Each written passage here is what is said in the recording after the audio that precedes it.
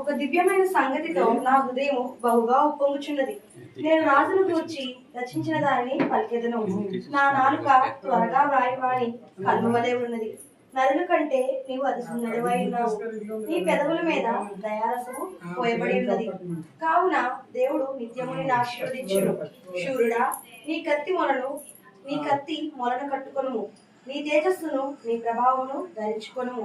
సత్యమును వినయంతో కూడిన నీతిని స్థాపించుటకు నీ ప్రభావమును ధరించుకుని వాహనమెక్కి బయలుదేరుము.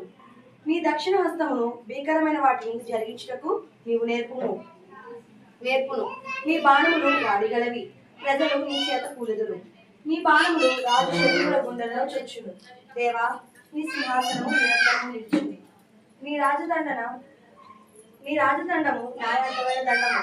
నీవు నీతిని ప్రేమించి భక్తిహీనతను ద్వేషించున్నావు. కావున దేవుడు నీ దేవుడే చెలికాండ కంటే హెచ్చుగా ఉంటున్నట్టుగా నిన్ను ఆనంద తైలంతో అభిషేకించి ఉన్నాడు. నీ వస్త్రము తెల్ల గోపరస వాసన, నీ వస్త్రము ఎల్ల గోపరస వాసన, అగరు వాసన, లగునట్టి వాసనే, లవంగి పట్ట వాసనే. దంతముతో కట్టిన నరులలో తంతి వాద్యములు నిన్ను సంతోషపడుచున్నవి.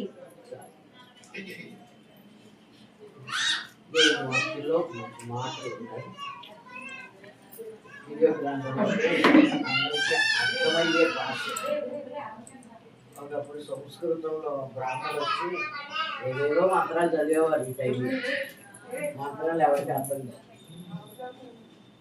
అయితే ఈ దేవుని వాక్యం మన తెలుగులో అక్షమైన భాషలో అందుకే ఇది పరిశుద్ధ ఒక దివ్యమైన సంగతితో నా హృదయము బహుగా ఉప్పొంగుతుంది. సంతోషించే విషయాలు ఎన్నెన్నో జరుగుతూ ఉంటాయి. సంతోషిస్తాం, ఏదో కొడతా అయిపోతుంది. కానీ వివాహం అనేది బహుగా సంతోషించేది. అందరూ ఆనందిస్తాం. ఇరుగు పొరుగు వాళ్ళు ఆనందిస్తారు. ఫలానా అబ్బాయి మ్యారేజ్ అట, ఫలానా అమ్మాయి మ్యారేజ్ అట అని చెప్పుకుని ఆనందిస్తారు. పిలిచిన వారు అందరూ వస్తారు. అబ్బాయి పెళ్లి కొడుకుని చూద్దాం, పెళ్లి కూతురు చూద్దామని. మరి ఎవరు ఎలాంటి దుఃఖంలో ఉన్నా ఈ సమయంలో అందరూ ఆనందించే సమయం వివాహం అంటే. అందుకని దేవుని వాక్యం బహుగా ఏమంటున్నాడు, ఉప్పొంగిపోయే హృదయం అంట. నిజంగా పెళ్లి